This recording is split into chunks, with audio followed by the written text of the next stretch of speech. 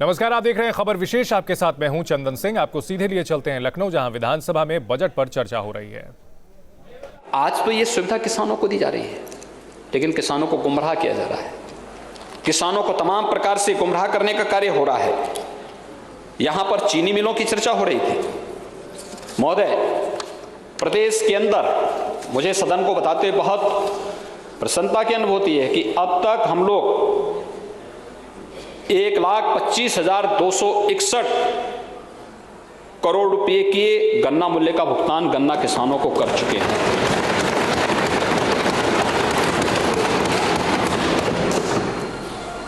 ये 19 मार्च तक के डाटा हैं।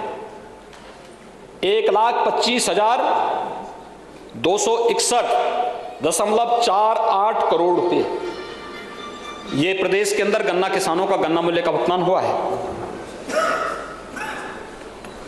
पेराई सत्र 20-21 में हम सब जानते हैं कि कोविड-19 का प्रकोप था, तब भी हमने चीनी मिलें चलाई। 119 चीनी मिलें चली, जून तक चीनी मिलें चली। हम भी जानते थे कि वो गन्ने में अब रस कम है, चीनी मिल के लिए घाटे का सौदा है, लेकिन अन्नदाता किसान को परेशानी न हो। किसान हमारी शीर्ष प्राथमिकता पे, किसान के साथ कोई भेदभाव नहीं होना चाहिए। हमारी प्राथमिकता चीनी मिलें चलेंगी तो रोजगार भी इससे सृजन होगा, और किसान का गन्ना भी चीनी मिल में जाएगा तो किसान के पास पैसा आएगा। यह कार्य पहली प्राथमिकता किसान की गन्ने की फसल की सुरक्षा और उसको उसका भुगतान हो। और महोदय, अगर हम केवल 19-20 का हम देखेंगे तो अब तक 98.5% गन्ना मूल्य का भुगतान गन्ना किसानों का हो चुका है। मात्र 538 करोड़ रुपए का बकाया है।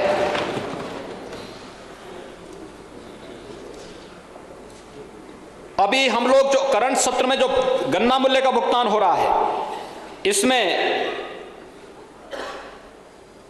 10,757 करोड़ रुपए का गन्ना मूल्य का भुगतान हो चुका है। 52.5%, यानी कोविड-19 के बावजूद, एक्सपोर्ट की संभावनाएं कम दिखती हैं, उस सब के बावजूद करंट सीजन में 10,757 करोड़ रुपए का भुगतान हुआ है। 9,700 करोड़ रुपए गन्ना किसानों का करंट सीजन का बाकी है, जिसको तेजी के साथ भुगतान करने के साथ जोड़ने की कार्रवाई हो रही है। यह है किसानों के जीवन में परिवर्तन लाने का आधार। हम लोग जब 17 में आए थे, 2011-12 से गन्ना मूल्य का भुगतान बाकी था। और जहां तक आप पूछ रहे थे क्या किया गन्ना किसानों के लिए, अगर मैं एक तरफ से आपको बताने लग जाऊंगा, रामकोला की चीनी मिल 2007-8 में बंद हुई, लक्ष्मीगंज 8-9 में, देवरिया 7-8, भटनी 7-8, बेतालपुर 8-9, शाहगंज 7-8, बुड़वल 7-8, घाटमपुर 9-10, छाता 9-10, औराई 7-8, धुलियापार 7-8, कमलापुर 9-10, सठियाओं 7-8, मझौला 10-11, दरियापुर 9-10, गांगलहेड़ी 11-12, मंझावली 11-12, पिपराइच 8-9 और पुआया 11-12। और 12 से लेकर 17 के बीच में जो चीनी मिलें बंद हुई महोदय, उनमें पडरौना, टोडरमल, सहारनपुर, अमरोहा, बघोली, सरदारनगर, खलीलाबाद, रसड़ा, बस्ती, गोपीगंज, बुलंदशहर, ये चीनी मिलें इनके समय में बंद हुई। यानी जो चीनी मिलों को बंद कर रहे हैं वे किसानों के हितैषी हो गए, और जो चीनी मिलों को चला रहे हैं, हम लोगों ने तो चीनी मिलों को चलाया भी है महोदय। गांगलहेड़ी का चीनी मिल हम लोगों ने 17-18 में संचालन कर दिया, मंझावली 17-18 में, बुलंदशहर 17-18 में, पिपराइच और मुंडेरवा ये 18-19 में नई मिलें लगा करके इसका पुनर्संचालन भी कर दिया गया।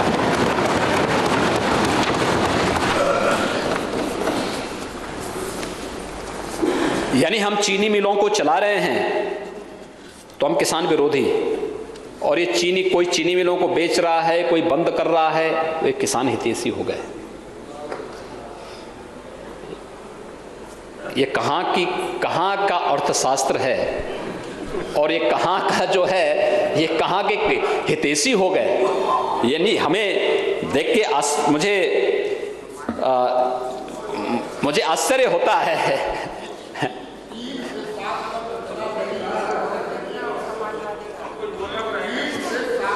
नहीं लगी 25 चीनी मिलें माननीय मुलायम सिंह यादव ने प्राइवेट सेक्टर से लगवाया,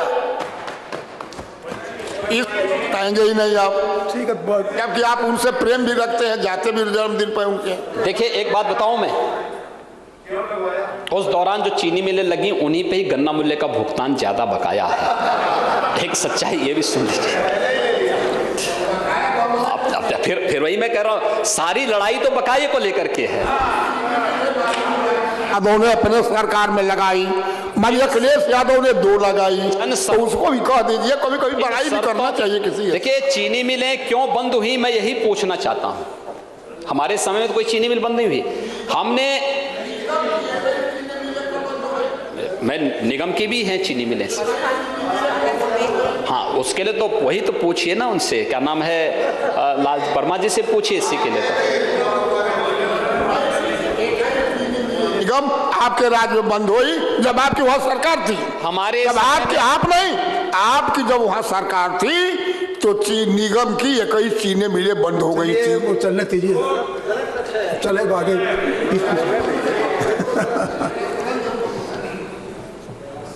आप जारी रखिए।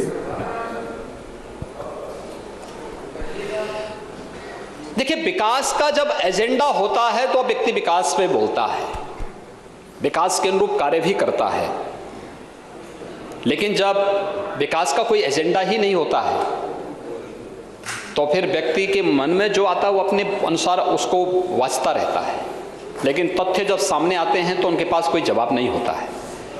और ये तथ्य उस जवाब का ही परिणाम है जो आज मैं आपके सामने रख रहा हूं, जो मैंने आपको बताई है कि किस रूप में ये हुआ है। महोदय 2021 में रबी की फसल के लिए गेहूं केंद्र स्थापित करने थे और लॉकडाउन प्रारंभ हो गया था। इस सब के बावजूद हम लोगों ने प्रदेश के अंदर 5,896 क्रय केंद्र स्थापित किए, 35,76,000 मीट्रिक टन गेहूं का क्रय किसानों से सीधे किया और 6,885 करोड़ रुपए का ऑनलाइन भुगतान भी किया। खरीफ विपणन जो 2020-21 का ही था, मूल्य समर्थन योजना के अंतर्गत क्रय केंद्रों के लिए, धान क्रय केंद्रों के लिए महोदय अब तक 66 लाख मीट्रिक टन से अधिक धान का क्रय किया गया और 11,200 करोड़ रुपए से अधिक का ऑनलाइन भुगतान भी किसानों को सीधे किया गया है। अब भुगतान ऑनलाइन हो रहा है, ऐसा नहीं कि पहले चेक के माध्यम से होता था या अन्य कारणों से होता था, आज तो वो नहीं है। ये सीधे भुगतान किसानों के खाते में जा रहा है। अब इसको कैसे कह सकते हैं कि पैसा जो है दलालों को जा रहा है या अन्य लोगों को जा रहा है, ये तो किसानों को देने का कार्य। महोदय इसी दौरान 2021 में खरीफ विपणन वर्ष 2021 में 108 मक्का क्रय केंद्र स्थापित किए गए, जिसमें 1,06,000 मीट्रिक टन मक्के की खरीद की गई और 197 करोड़ रुपए का भुगतान डीबीटी के माध्यम से किसान के खाते में किया गया। प्रधानमंत्री किसान सम्मान निधि, अभी मैंने पिछले दिनों सदन में ही अवगत कराया था, बेस्ट परफॉर्मेंस के लिए उत्तर प्रदेश को पुरस्कार दिया है भारत सरकार ने। आज के दिन पे 2,42,00,000 किसान प्रधानमंत्री किसान सम्मान निधि की पात्रता रखते हैं। एक ही दिन में प्रदेश के किसानों के खाते में 27,123 करोड़ रुपए सीधे डीबीटी के माध्यम से किसानों के खाते में गए। मुख्यमंत्री कृषक दुर्घटना कल्याण योजना का दायरा बढ़ाया गया है। 5 लाख रुपए की बीमा, किसी भी आपदा में किसान का परिवार, उसका सहयोगी या उसका बटाईदार, ये सभी उसके दायरे में आएंगे। उसको ये सामाजिक सुरक्षा किसानों के लिए एक किसान को दिया जा रहा है और ये सुरक्षा देने के साथ ही इसके दायरे को बढ़ाने का कार्य किया गया है। प्रदेश के हर किसान को जो आयुष्मान भारत की योजना के कारण 11-12 में जो राज्य की सरकारें थी जिनको वास्तव में गरीबों की चिंता नहीं थी, हर किसान को आयुष्मान भारत योजना के अंदर लाने, जो नहीं आ पाया है उसको हम मुख्यमंत्री जन आरोग्य योजना से आच्छादित करने के लिए भी इस बजट में उसका प्रावधान कर दिया गया है। महोदय, 21-22 के इस बजट में किसानों के लिए ही आत्मनिर्भर कृषक समन्वित विकास योजना के लिए भी धनराशि की व्यवस्था की गई है। ये किसानों के हित के लिए की जा रही योजनाएं हैं। किसानों को खेती के साथ साथ समय पे बीज उपलब्ध हो जाए, उन्नत तकनीक के बीज मिल जाए, खाद उपलब्ध हो जाए। ये व्यवस्था तो लागू की जाती है, की जा रही है। हम लोगों ने प्रदेश के अंदर एक व्यवस्था बनाई, खासतौर पर कृषि विज्ञान केंद्रों की एक श्रृंखला प्रदेश के अंदर खड़ी की। कृषि विज्ञान केंद्र बहुत बड़ा कार्य करते हैं। कृषि विज्ञान केंद्रों की भूमिका बहुत अच्छी और बहुत सकारात्मक है। तकनीकी ज्ञान से किसान को जोड़ने के लिए, खेती की विविधीकरण के लिए भारत सरकार कृषि विज्ञान केंद्र देना चाहती थी, राज्य सरकार लेना ही नहीं चाहती थी। जब 17-18 में 16 के बाद 17 में सरकार आई, 17-18 में हम लोगों ने 20 नए कृषि विज्ञान केंद्र प्रदेश के अंदर अतिरिक्त लिए। आज प्रदेश के अंदर हर जनपद में लगभग 1 कृषि विज्ञान केंद्र, बड़े जनपदों में 2 कृषि विज्ञान केंद्र हैं। कृषि विज्ञान केंद्रों को कृषि विश्वविद्यालयों के साथ जोड़ करके तकनीकी ज्ञान से किसानों को आच्छादित करने के दिशा में प्रयास प्रारंभ हुए हैं। लेकिन साथ साथ प्रदेश में किसान को पानी भी मिले, इसके लिए किसानों को मुफ्त पानी के लिए भी 700 करोड़ रुपए की व्यवस्था भी इस बजट में अतिरिक्त की गई है। यह भी एक व्यवस्था की गई है। सूक्ष्म खाद्य उद्योग उन्नयन योजना के अंतर्गत भी बजट में 400 करोड़ रुपए की व्यवस्था की गई है और खाद्य प्रसंस्करण उद्योग के लिए भी उसके क्रियान्वयन के लिए जो उद्योग लगे थे अब वो फंक्शनल हो चुके हैं। उसमें सरकार के द्वारा जो इंसेंटिव दिए जाने हैं किसान को या फिर उद्योग को, उसके लिए भी धनराशि की व्यवस्था की गई है।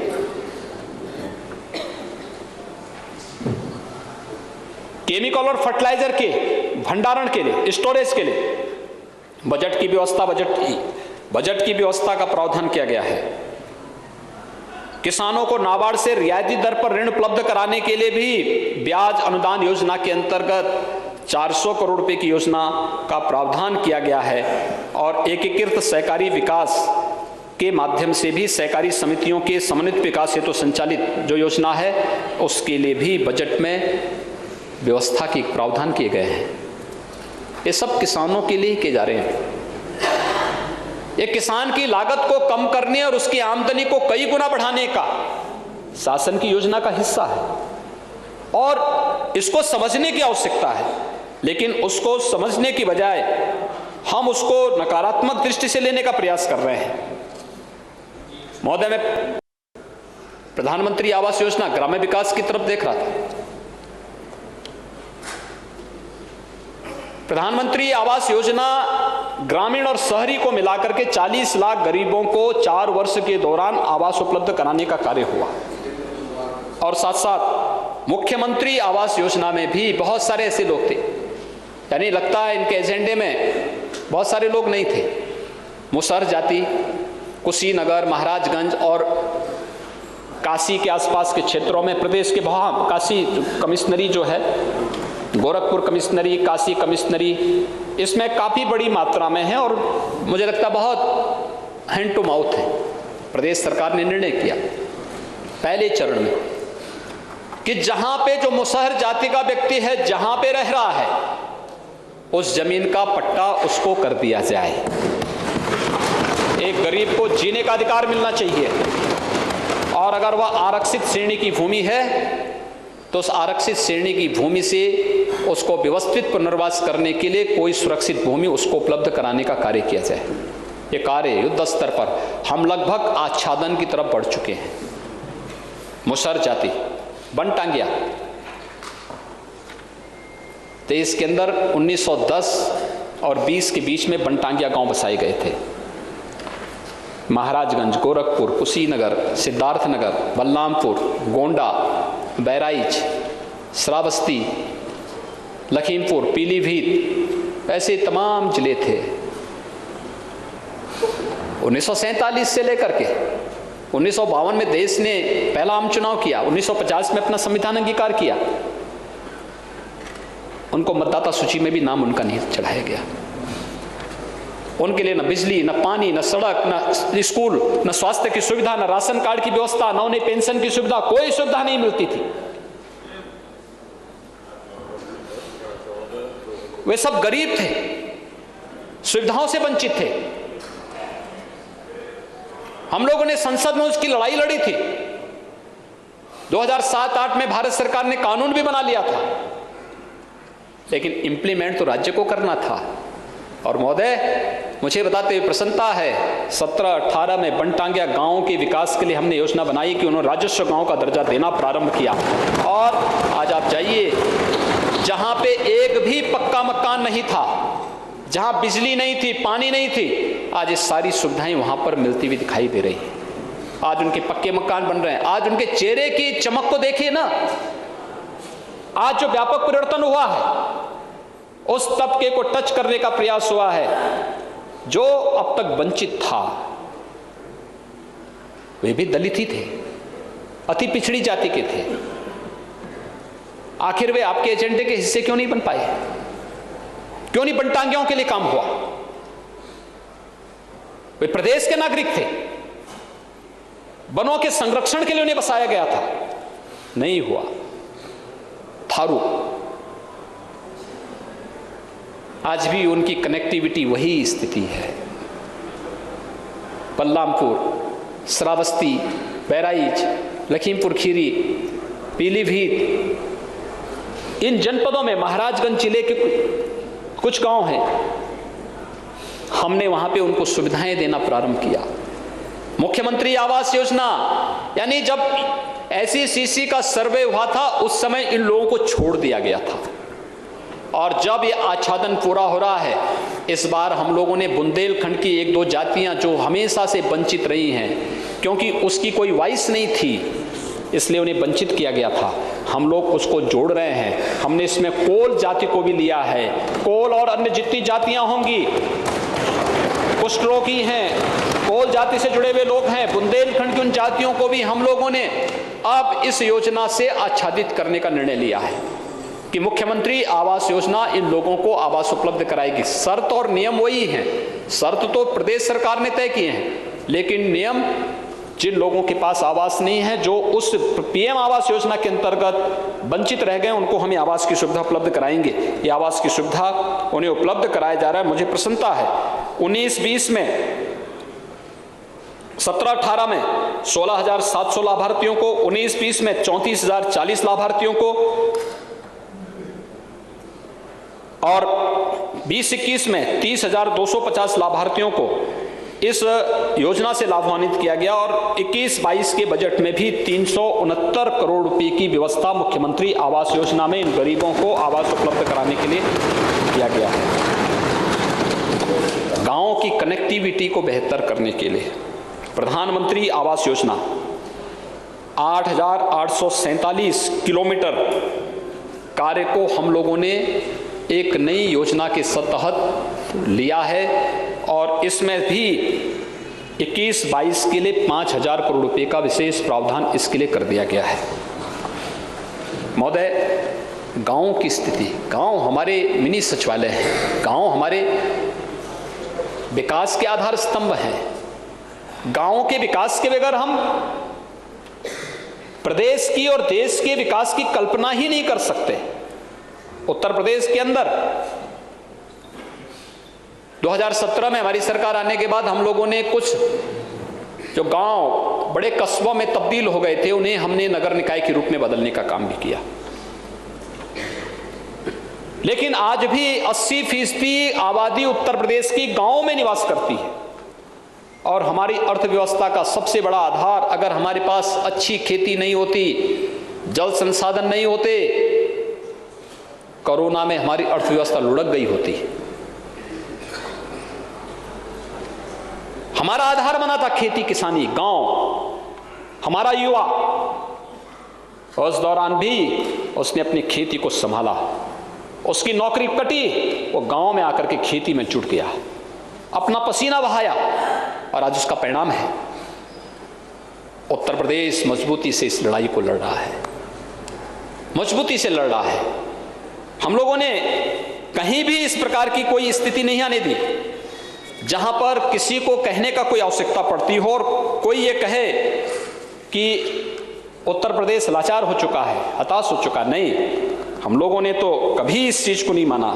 हम लोग तो इस बात को मान के चलते रहे हैं कि सागर की अपनी क्षमता है, पर माझी भी कब थकता है। जब तक सांसों में स्पंदन है उसका हाथ नहीं थकता है। इसके बल पर कर डाले सातों सागर पार।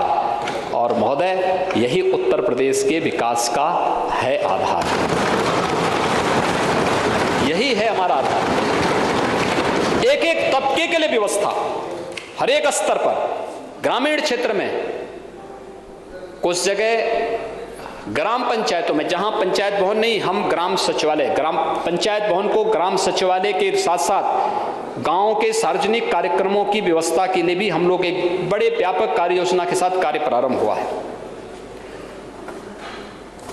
प्रयास किया जा रहा है कि हर एक न्याय पंचायत में कम से कम इससे छूटे हुए इसके बाद जो गांव बसते हैं उनमें से कोई 2 गांव हम लोग लेंगे जिसमें महान क्रांतिकारी चंद्रशेखर आजाद जी के नाम पर ग्रामीण विकास सचिवालय के निर्माण की कार्य योजना को हम उसके बाद जो बचेंगे उसके साथ जोड़ेंगे। और मुख्यमंत्री पंचायत प्रोत्साहन योजना के अंतर्गत भी हम लोग एक व्यवस्था बनाने जा रहे हैं। उत्कृष्ट ग्राम पंचायतों को प्रोत्साहित करने के लिए भी हम लोगों ने बजट में प्रावधान किया है। उत्कृष्ट ग्राम पंचायतें, क्या ये हो सकता है कि हम गांव की पंचायत को गांव के विकास के साथ जोड़ें? अब तो बहुत सारे कार्य हो सकते हैं। कॉमन सर्विस सेंटर गांव में हो चुका है। गांव के लोगों को, गांव के किसी भी व्यक्ति को आय प्रमाण पत्र, जाति प्रमाण पत्र, मूल निवास प्रमाण पत्र, ये सभी गांव में ही बन सकते हैं। बैंकिंग सुविधा के साथ हम जोड़ रहे हैं। बिजली के बिल को उसके साथ जोड़ रहे हैं कि बिजली का बिल वह दफ्तर में न जाए किसी कार्यालय में, वहीं पर जाए, अपना बिजली का बिल जमा कर ले। और बिजली के बिल जमा करने के लिए हम लोगों ने महिला स्वयंसेवी समूह को भी व्यवस्था दी है कि वे जमा कराएंगे तो इसके बदले में 12 से लेकर के 20 रुपये पर बिल उसको प्राप्त हो जाएंगे। ये भी सुविधा दे दी गई है। कितना व्यापक स्तर पर कार्य हो रहा है, ये प्रोत्साहन की व्यवस्था। और इसी प्रकार से ग्राम पंचायतों में बहुउद्देशीय पंचायत भवनों के निर्माण के लिए भी व्यवस्था की गई है। राष्ट्रीय ग्राम स्वराज अभियान के अंतर्गत भी जो ग्राम सचिवालय के निर्माण यानी जो पंचायत भवनों के निर्माण की कार्रवाई हो रही है, इसके लिए 653 करोड़ रुपए की व्यवस्था अलग से की गई है। एक गांव के विकास की धुरी, एक केंद्र बिंदु ये बने, उसको उसके लिए जोड़ा जा रहा है। और ई गवर्नेंस के लिए भी पंचायत सशक्तिकरण के तहत धनराशि की व्यवस्था बजट में कर दी गई है। महोदय, महिलाओं के सशक्तिकरण की बात चल रही थी और इस पे अनेक चर्चाएं होती हैं और मुझे लगता है पूरे सदन को इसके बारे में विचार करना चाहिए। 8 मार्च को अंतर्राष्ट्रीय महिला दिवस भी है और मैं अपील करूंगा पूरे सदन से, 8 मार्च के दिन हर विधानसभा स्तर पर, हर जनपद स्तर पर महिला सशक्तिकरण से संबंधित कार्यक्रम होने चाहिए। बुलेटिन में फिलहाल इतना ही। रुकेंगे एक छोटे से ब्रेक के लिए। आप देखते रहिए न्यूज़ स्टेट।